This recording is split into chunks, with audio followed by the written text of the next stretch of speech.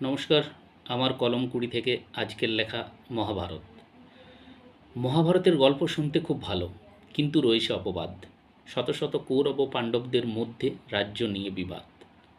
এই মহাকাব্যে কুরু বংশীয়দের ক্ষমতা দখল আর রয়েছে বীরত্বের পরিচয়। পাণ্ডবদের রাজ্য অধিকারের আকাঙ্ক্ষা থেকে উৎপীড়ন হয়। কৌরবদের দৌরাত্ম্য, পাণ্ডবদের ধর্মযুদ্ধ, কৃষ্ণের পরামর্শে হয়ে ওঠে এক কুরুক্ষেত্র। সত্যের জন্য যুদ্ধে অবতীর্ণ ছিল সততার অভাব।